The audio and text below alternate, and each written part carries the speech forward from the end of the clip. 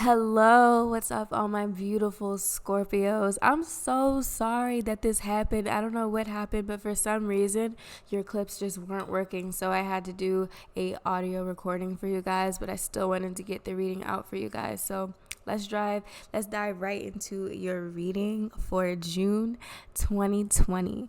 June 2020 is going to be very, very intense and transformative. A lot going on, a lot happening, as you can observe with everything that's already happened. That is all about change, all about things coming to culmination, all about just it's shift season. A lot of things are coming in, and after this month, things won't be the same because we have everything currently being in Gemini. And, Gemini is already representing movement and swift and changes and flexibility, right?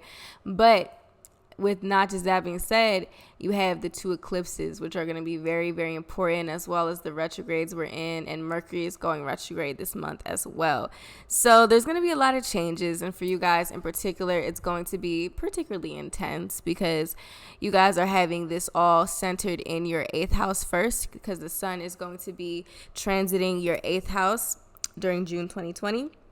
And 8th house transits are definitely not easy, but this is your energy. This is, Scorpio definitely rules over the 8th house. So naturally, you guys are going to be in tune with this energy of death and rebirth, of transformation, of sexuality, of the taboo, the occult, all things hidden, all things that haven't been brought up to the surface. It's about diving deep, going down into the psyche. For you guys in particular, I definitely think that going into the depths of your being is going to be very key, especially because we have Mercury in your 9th house, Venus is in the 9th house, and we have a solar eclipse at the end of the month all in your 9th house. So with that being said, 8th house is about transformation. It is about diving deep. And the 9th house is about our belief system. It's about what we have faith in. It's about where we are expanding to in this world. So with this combination we have going here, what I really see changing for you guys June 2020 is your belief system, especially as we have that Mercury retrograde in the 9th house. You guys are going to be thinking about your belief system. You guys are going to be thinking about the things that you believe to be true. What is true? What does truth mean to you? And defining your own truth for this month is going to be key. And, also, with that being said, truths come out. Truths definitely could come out at this time. Things that you may have not wanted to know, things that you may have not wanted to dive into could come to the surface, because that is that 8th house energy of shedding and purging and things coming from the dark out into the light so that you can eventually let them go. So I definitely see that manifesting as secrets coming out, or old things coming back to the surface, and re-entering of these old patterns and these karmic patterns and cycles that we constantly undergo again and again and again, because it is a repeating process when we have the retrograde energy present there, and it's been present heavy. So it's about reflection and reevaluation of certain karmic things. So I could see this as a lover coming back from the past, and what are you going to do this time? Are you going to make the same decision? Are you going to try something new? Are you going to move away? Are you going to let it go? It's this is coming in the form of tests. I think your faith is going to be tested, and I think that's going to be tested through experience, because the 9th house does deal with our experiences that we have in this life and how we learn from those experiences. What is our belief after we have certain experiences? So definitely, that is going to be the theme here. I would just say, the word that I heard when I was thinking about your energy was meditate. I think that, there's going to be some intense things that come up this month. And it's all for the good, though. It's all to release what needs to be released and to let go of what needs to be let go of, so that you can eventually evolve to the person that you were meant to be. And these shifts and these eclipses are representing, major realignment moments. If you haven't been necessarily in the right place, this is when you're gonna kind of be kicked towards the right direction.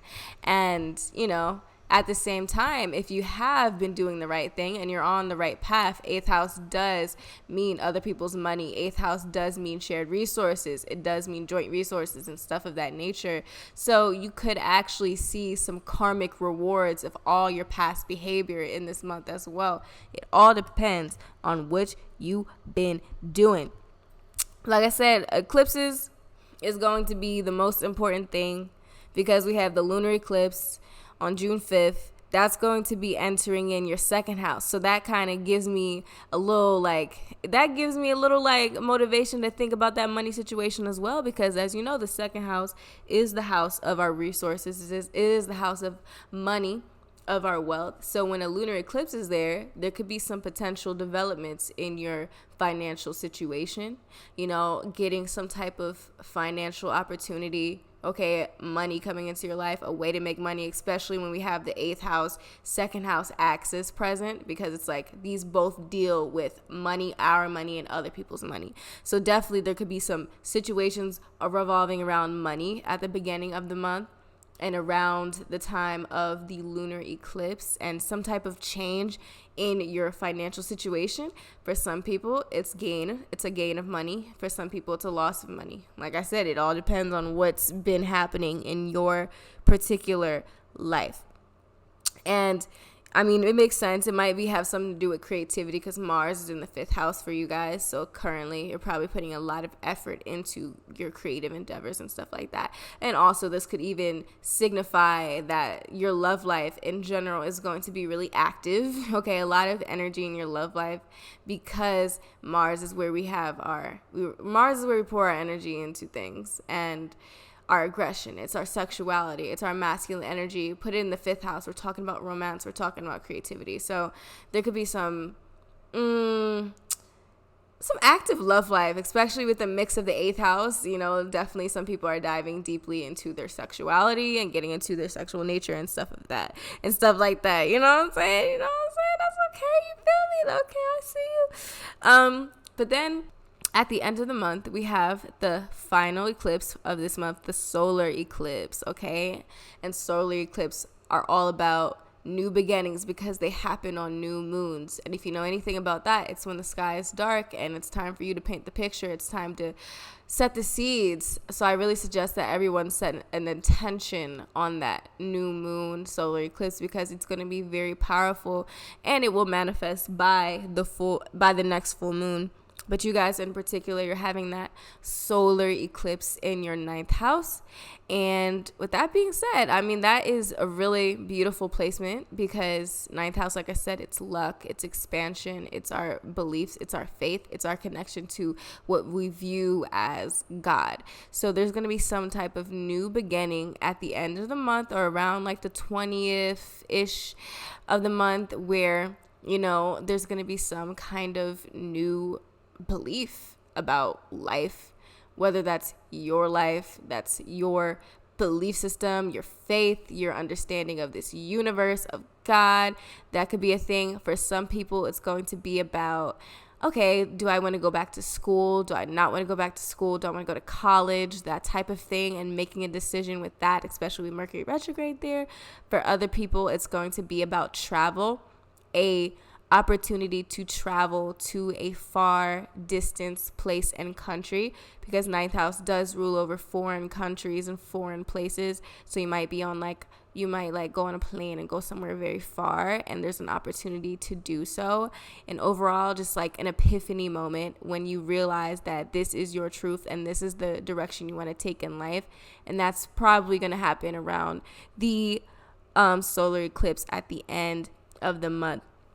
But overall, like I said, this month is going to be hectic. It's going to be really hectic. Eighth house transits are usually not the easiest. But like I said, use this energy wisely. And the best way to get through like Scorpionic eighth house transits, Pluto energy, is to surrender to the moment. It's not to hold on to the things that that energy wants you to shed. It's to let it go. And when you let it go, it makes the process so much easier because there's no resistance to the change that needed to occur and in this lifetime, because it was fated to happen at this moment. This month is all about fated events, fated people and karmic patterns. So it's time to release and to set new intentions. And at the end of the day, that's what's happening for the month of June for you guys. So like I said, stay up, stay positive.